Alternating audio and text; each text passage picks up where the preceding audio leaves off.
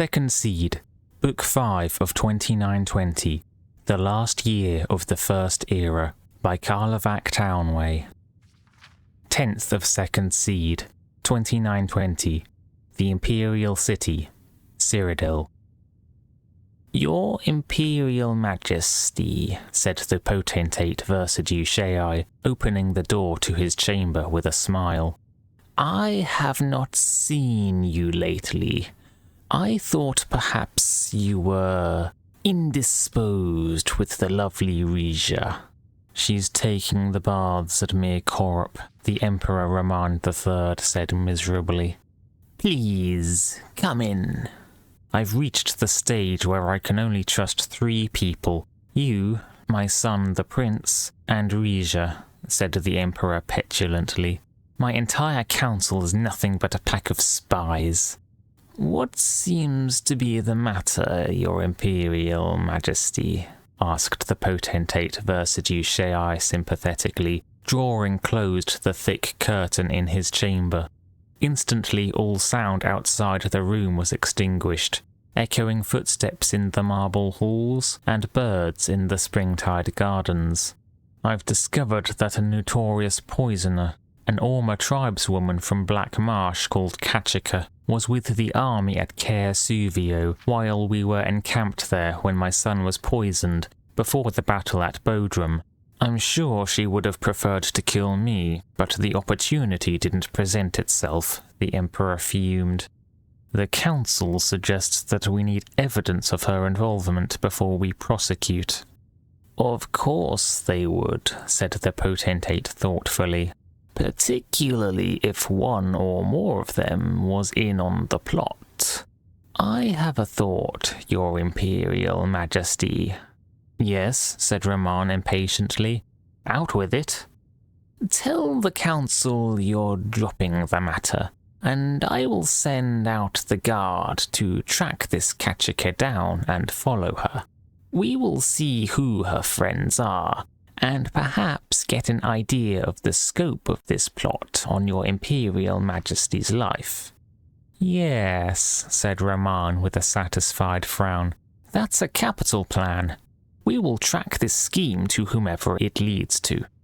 Decidedly, Your Imperial Majesty, smiled the potentate, parting the curtain so the Emperor could leave. In the hallway outside was Versidue son, Severian Chorak. The boy bowed to the Emperor before entering the potentate's chamber. Are you in trouble, father? Whispered the Akaviri lad.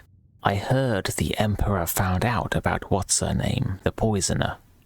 The great art of speechcraft, my boy, said Versidue to his son, is to tell them what they want to hear in a way that gets them to do what you want them to do. I need you to get a letter to Kachika, and make certain that she understands that if she does not follow the instructions perfectly, she is risking her own life more than ours.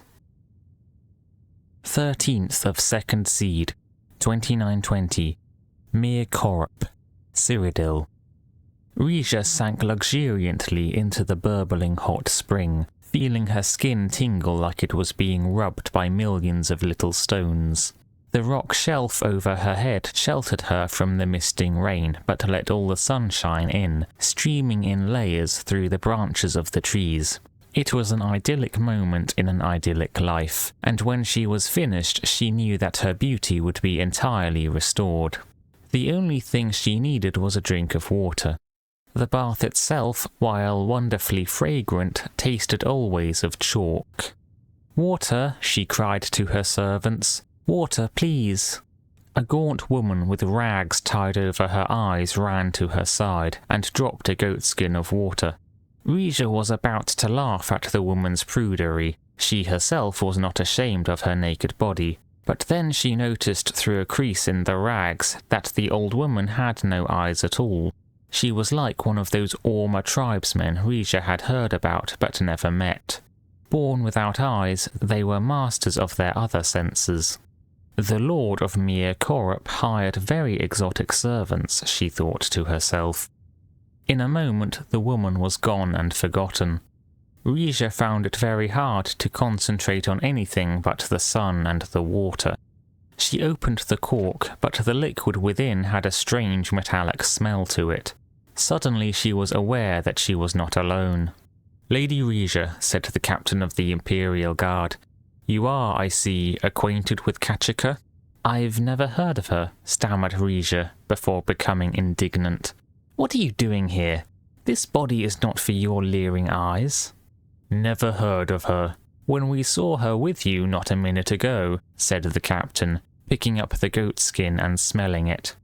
"Brought you Naeva's ichor, did she, to poison the Emperor with?" "Captain," said one of the guards, running up to him quickly, "we cannot find the Argonian. It is as if she disappeared into the woods." "Yes, they're good at that," said the captain. "No matter, though. We've got her contact at court. That should please His Imperial Majesty. Seize her." As the guards pulled the writhing naked woman from the pool, she screamed, "I'm innocent. I don't know what this is all about, but I've done nothing. The Emperor will have your heads for this." "Yes, I imagine he will," smiled the captain. "If he trusts you." 21st of 2nd Seed, 2920. Gideon, Black Marsh. The Sow and Vulture Tavern was the sort of out-of-the-way place that Zook favoured for these sorts of interviews. Besides himself and his companion, there were only a couple of old sea dogs in the shadowy room, and they were more unconscious from drink than aware. The grime of the unwashed floor was something you felt rather than saw. Copious dust hung in the air, unmoving in the sparse rays of dying sunlight. "You have experience in heavy combat?" asked Zook. "The reward is good for this assignment, but the risks are great as well." "Certainly I have combat experience," replied Miramore haughtily. "I was at the Battle of Bodrum just 2 months ago. If you do your part and get the Emperor to ride through Dozer Pass with a minimal escort on the day and the time we've discussed, I'll do my part. Just be certain that he's not travelling in disguise. I'm not going to slaughter every caravan that passes through in the hopes that it contains Emperor Roman." Zook smiled, and Miramore looked at himself in the Kothringi's reflective face. He liked the way he looked, the consummate, confident professional. "Agreed," said Zook. "And then you shall have the rest of your gold." Zook placed the large chest onto the table between them. He stood up. "Wait a few minutes before leaving," said Zook. "I don't want you following me. Your employers wish to maintain their anonymity, if by chance you are caught and tortured." "Fine by me," said Miramore, ordering more grog. Zook rode his mount through the cramped labyrinthine streets of Gideon, and both he and his horse were happy to pass through the gates into the country. The main road to Castle Giaves was flooded, as it was every year in springtide, but Zook knew a shorter way over the hills. Riding fast under trees drooping with moss and treacherous slime-coated rocks, he arrived at the castle gates in 2 hours' time. He wasted no time in climbing to Tavia's cell at the top of the highest tower. "What did you think of him?" asked the Empress. "He's a fool," replied Zook, "but that's what we want for this sort of assignment." 30th of 2nd Seed, 2920. Thurzo Fortress, Cyrodiil. Rija screamed and screamed and screamed. Within her cell, her only audience was the giant grey stones, crusted with moss but still sturdy. The guards outside were deaf to her, as they were deaf to all prisoners. The Emperor miles away in the Imperial City had likewise been deaf to her cries of innocence. She screamed, knowing well that no one would likely hear her ever again. 31st of 2nd Seed, 2920. Kvass Rim Pass, Cyrodiil. It had been days, weeks, since Tarala had seen another human face, Cyrodiil or Dunmer. As she trod the road, she thought to herself how strange it was that such an uninhabited place such as Cyrodiil had become the imperial province. seat of an empire. Even the Bosmer in Valenwood must have more populated forests than this Heartland would. She thought back. Was it a month ago? 2? When she crossed the border from Morrowind into Cyrodiil? It had been much colder then, but other than that, she had no sense of time. The guards had been brusque, but as she was carrying no weaponry, they elected to let her through. Since then, she had seen a few caravans, even shared a meal with some adventurers camping for the night, but met no one who would give her a ride to a town. Tirala stripped off her shawl and dragged it behind her. For a moment she thought she heard someone behind her and spun around. No one was there, just a bird perched on a branch, making a sound like laughter. She walked on and then stopped. Something was happening.